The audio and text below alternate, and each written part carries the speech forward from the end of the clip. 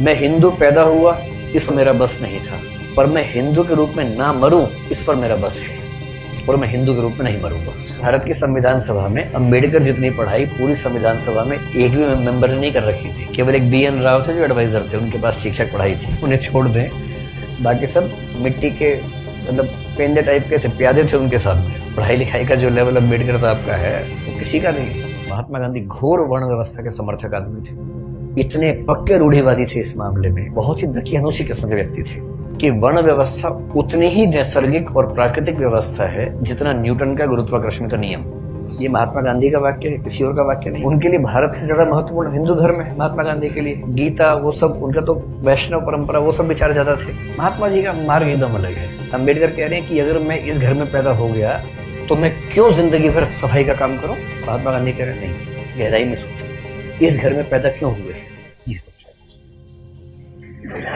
ये उसका डिजाइन है, उसने जानबूझ के पैदा किया क्योंकि तुम्हारे अंदर सफाई के ही गुण है।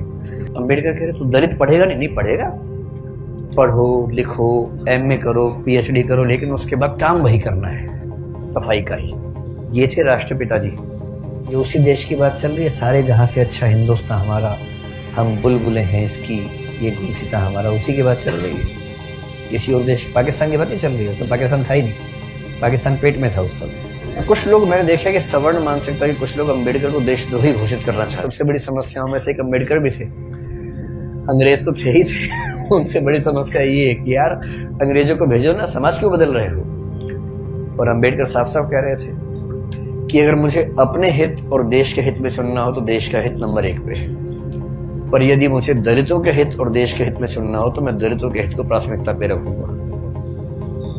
क्योंकि अगर अंग्रेज चले गए ऐसे ही तो यहाँ के सवर्ण हमें छोड़ेंगे नहीं, और दलितों की पराधीनता अंग्रेजों के आने से पहले ज्यादा थी, अंग्रेजों की उपस्थिति के समय कम पराधीनता थी। और मजे की बात है कि भारत की संविधान सभा में अंबेडकर जितनी पढ़ाई पूरी संविधान सभा में एक भी मेंबर ने नहीं कर रखी थी। केवल एक BN राव थे जो एडवाइजर थे, उनके पास शिक्षक पढ़ाई थी, उन्हें छोड़ दें। बाकी सब मिट्टी के मतलब पेंदे टाइप के थे, प्यादे थे उनके साथ में। पढ़ाई लिखाई का जो लेवल अंबेडकर साहब का है वो किसी का नहीं। तो कुछ लोग मैंने देखा कि सवर्ण मानसिकता के कुछ लोग अंबेडकर को देशद्रोही घोषित करना चाहते हैं इन्हीं कथनों से कि दलित प्रश्न और देश के प्रश्न में दलितों को प्राथमिकता दूंगा तो बुरा मान जाते हैं। और उन्हीं से आप पूछो कि अगर हिंदू का प्रश्न हो और देश का प्रश्न हो, किसी प्राथमिकता दोगे? हिंदू, हिंदुस्तान है, मैं समझते हैं हिंदुस्तान है, बोलते हैं हिंदुस्तान है। मुसलमान तो आए हैं, जा भी सकते हैं, लेकिन हिंदुस्तान है। तो अंबेडकर उस समय पावरफुल हो चुके थे, और अंबेडकर को मैं तो बड़ा सलाम करता हूँ इस सेंस में। आमतौर पर वंचित वर्ग में जब कोई पढ़ लिख लेता है ना, अपने वर्ग से कन्नी काट लेता है। रिजर्वेशन का सबसे बड़ा दुख ये है, रिजर्वेशन का सुख ये है कि वंचित वर्गों के लोग आने लगे हैं सत्ता में। और जैसे ही एक गांव से एक बच्चा, दलित बच्चा IAS बनता है ना, पूरा गांव IAS बन जाता है। आरक्षण के वित्तीय लाभ केवल उस व्यक्ति को मिलते हैं जिसको आरक्षण मिला है, पर सामाजिक राजनीतिक लाभ पूरे गांव, पूरे कुनबे, पूरे कस्बे, पूरे शहर को मिलते हैं। कि हमारे गांव का चंदू IAS बना है, और चंदू वर्ग में मान लीजिए SC या ST में आता है। उस दलित जाति के, उस गांव के और आसपास के 100 गांव के सब व्यक्तियों के पास कॉन्फिडेंस आ जाता है। कुछ बिगड़ा, चंदू को फोन लगा दिया, चंदू बिटवा देखिए जरा। अब पुलिस वाले ने रोका, लाइसेंस के लिए, रुको बात करवाते हैं, ऐसे करके कह रहे किसको फोन करो, चंदू को फोन करो, छोड़ दो आप जाओ।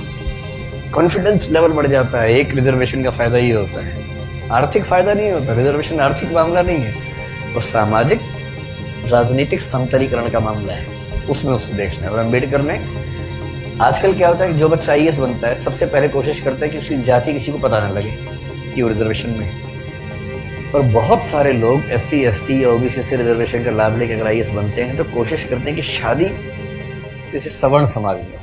अंबेडकर का सम्मान क्यों करना चाहिए कि वो इतना पढ़ने लिखने के बाद भी चाहते तो वो भी एक शानदार जिंदगी जी सकते थे, उनको मिल ही रही थी भाई। वो PCS ऑफिसर थे बड़ौदा में, पता थोड़ा है, नागपुर में शायद। और जब नागपुर में वो सिविल सेवक बनकर आए, फेलोशिप वहीं से मिली थी पढ़ने के लिए, जब वापस लौटे तो उनको पीसीएस अधिकारी बनाया गया है कि नागपुर में रहना है उनको, क्योंकि वो ऑफिसर हैं, उनको अपने रहने के लिए कमरा चाहिए या घर चाहिए। ढूंढ रहे हैं पूरे शहर में, कमरा ही नहीं मिल रहा। लोग पहले पूछते हैं जाति कौन सी है, वो बताते हैं कि महार जाति का हूँ, तो भी कमरा नहीं है हमारे पास। हम किसी दलित को कमरा देंगे ही नहीं अपना। ये 1920-30 के दौरान नागपुर शहर की बात है। फिर वो कह रहे कि कई कमरे खारिज होते गए। एक और घर में गए, एक कोई दूसरा ऑफिसर था, वो दिखा रहा था, दोस्त के रूप में हेल्प कर रहा था। तो वहां मालिक ने पूछा ही नहीं कौन सी जाति क्यों, इन्होंने बताया भी नहीं। ढिंडोरा क्यों पीटेंगे, उससे पूछा नहीं, उन्होंने बताया नहीं। कमरा मिल गया, रहने लग गए। और फिर वो लिखते हैं कि एक दिन अचानक सुबह उठा तो बहुत शोर मचा हुआ था। मुझे लगा पता नहीं क्या हो गया। खिड़की से नीचे देखा तो हजारों की भीड़ हाथ में डंडे भाले हथियार लेके खड़ी हुई थी। उनको पता लग गया था कि एक दलित आदमी इस घर में रहता है और वो भीड़ मेरा कत्ल करने के लिए आई थी। और उसके बाद कुछ दोस्तों की मदद से पता नहीं पीछे के दरवाजे से कहां से किसी तरह से उनकी जान बचा के भगाया गया उनको। इस दौर से वो गुजरे थे। ये उसी देश की बात चल रही है, सारे जहां से अच्छा हिंदुस्तान हमारा, हम बुलबुलें हैं इसकी, ये गुलसिता हमारा, उसी की बात चल रही है। किसी और देश, पाकिस्तान की बात नहीं चल रही है। उसमें पाकिस्तान था ही नहीं, पाकिस्तान पेट में था उस समय। और जब वो स्कूल में पढ़ते थे तो स्कूल में पढ़ते इसलिए थे कि उनके पिता सरकारी नौकरी में थे, तो थोड़ा सा ठीक स्थितियां थी उनकी, इसलिए स्कूल में एडमिशन मिल गया। पूरे स्कूल में एक दलित बच्चा था बस, B.R. अम्बेडकर, बस। बाकी सब सवर्ण बच्चे थे। अब दलित बच्चा कैसे हैंडल करे? वो पानी पीने जाएगा, पानी को छू देगा, पानी पवित्र हो जाता है, उसमें हीलियम आ जाता है हाइड्रोजन की जगह। उसके बाद जैसे दलित बच्चा छुएगा, हाइड्रोजन के गुण बदल जाएंगे उस पर। तो एक व्यवस्था थी कि भाई पानी पीने की एक जगह थी सबके लिए, एक अलग से मटका था अम्बेडकर के लिए, अलग से रखते थे दूध, उनको वहीं पीना है और मटके को हाथ नहीं लगाना है। अब कभी कभी क्या हुआ, कई बार ऐसा हुआ कि जो आदमी पानी की व्यवस्था करने के लिए तैनात था वो छुट्टी पे चला गया, एक दिन 2 दिन आया नहीं। अब इसको प्यास लग रही है, बाकी बच्चों के पास पानी पीने को, इसको पानी पीने को नहीं है। कई ऐसे दिन गुजारे स्कूल में जब उनको पीने को पानी मिलता ही नहीं था। चेतना ऐसे बनती है, ये सब झेलने के बाद बनती है। इसलिए जब आप हरिजन गाथा कविता पढ़ेंगे तब समझ में आएगा कि वो किस दौर से, किस स्थिति से गुजर के वो विचार बनते हैं। ये सब मैं इसलिए कह रहा हूं कि इतिहास के नेताओं को सीधे खारिज करना बहुत आसान होता है। जब आप उनकी स्थितियों को समझेंगे, उनके विचार कैसे बने समझेंगे, तब उनका महत्व समझ में आता है। अम्बेडकर का बड़प्पन ये है कि बहुत अच्छी स्थितियों में जाने के बाद, इंग्लैंड में, अमेरिका में पढ़ने के बाद, वहां भी टॉप करने के बाद, वो चाहते तो वहीं किसी विश्वविद्यालय में प्रोफेसर बन सकते थे और धूमधाम से जिंदगी गुजार सकते थे। पर उन्होंने चुना संघर्ष का रास्ता। लौट के आए, संघर्ष किया और अपने साथ साथ अपने पूरे समुदाय की मुक्ति का रास्ता चुना। और जितने सफल हुए उतना सफल होना एक जिंदगी में आसान भी नहीं होता। जितने वो सफल हुए उन्होंने काफी कुछ कर भी दिया। अब उस अम्बेडकर का तेज 1936 में फैल चुका था। महात्मा गांधी बहुत दुखी हैं। महात्मा गांधी घोर वर्ण व्यवस्था के समर्थक आदमी थे, इतने पक्के रूढ़िवादी थे इस मामले में। मतलब महात्मा गांधी के प्रति मेरा सम्मान उतना ही जितना अम्बेडकर के प्रति है, पर इस मामले में वो बहुत ही दकियानूसी किस्म के व्यक्ति थे। अपनी एक किताब हिंदू धर्म में लिखा है उन्होंने कि वर्ण व्यवस्था उतनी ही नैसर्गिक और प्राकृतिक व्यवस्था है जितना न्यूटन का गुरुत्वाकर्षण का नियम। ये महात्मा गांधी का वाक्य है, किसी और का वाक्य नहीं है। इसलिए उनके पेट में खलबली मची हुई थी कि अम्बेडकर बीच में कैसे आ गया। अंत में अम्बेडकर बोले, महात्मा जी हमने बहुत ट्राई कर लिया कि हिंदू धर्म में रह के चीजें ठीक कर लें, हो नहीं पा रही, अब हिंदू धर्म छोड़ रहे हैं। अब महात्मा गांधी परेशान। उनके लिए भारत से ज्यादा महत्वपूर्ण हिंदू धर्म है महात्मा गांधी के लिए। गीता वो सब, उनका तो वैष्णव परंपरा वो सब विचार ज्यादा थे। 1937 में कहते हैं कि अम्बेडकर ने घोषणा कर दी कि मैं हिंदू धर्म छोड़ रहा हूं। महाराष्ट्र में अनाउंस किया एक सभा में, और उस सभा में सीधे कहा कि देखो भाई लोगों, मैं हिंदू पैदा हुआ इस पर मेरा बस नहीं था, पर मैं हिंदू के रूप में ना मरूं इस पर मेरा बस है, और मैं हिंदू के रूप में नहीं मरूंगा। उस समय खलबली मच गई कि वो हिंदू धर्म छोड़ रहे हैं, शायद सिख धर्म अपनाने की बात उस समय थी उनके दिमाग में। और महात्मा गांधी ने बहुत समझाया कि देखो अम्बेडकर, नहीं ना, ऐसे नहीं करते।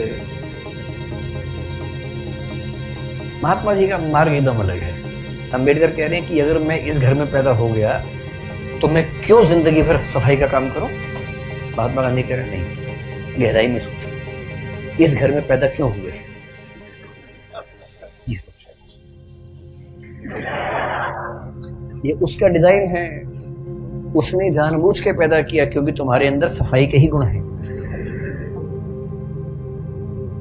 अम्बेडकर कह रहे तू दलित पढ़ेगा नहीं, नहीं पढ़ेगा, पढ़ो लिखो, एमए करो, पीएचडी करो, लेकिन उसके बाद काम वही करना है, सफाई का ही। ये थे राष्ट्रपिता जी। चाचा जी आजकल है, ये सेकंड राष्ट्रपिता बनने वाले हैं मोदी जी, जिस मूड में चल रहे हैं अभी। हो सकता है जल्दी घोषणा हो कि भारत के अब 2 पिता हैं, और छोटे पापा बड़े पापा, फिर हम ऐसे कर रहे हैं।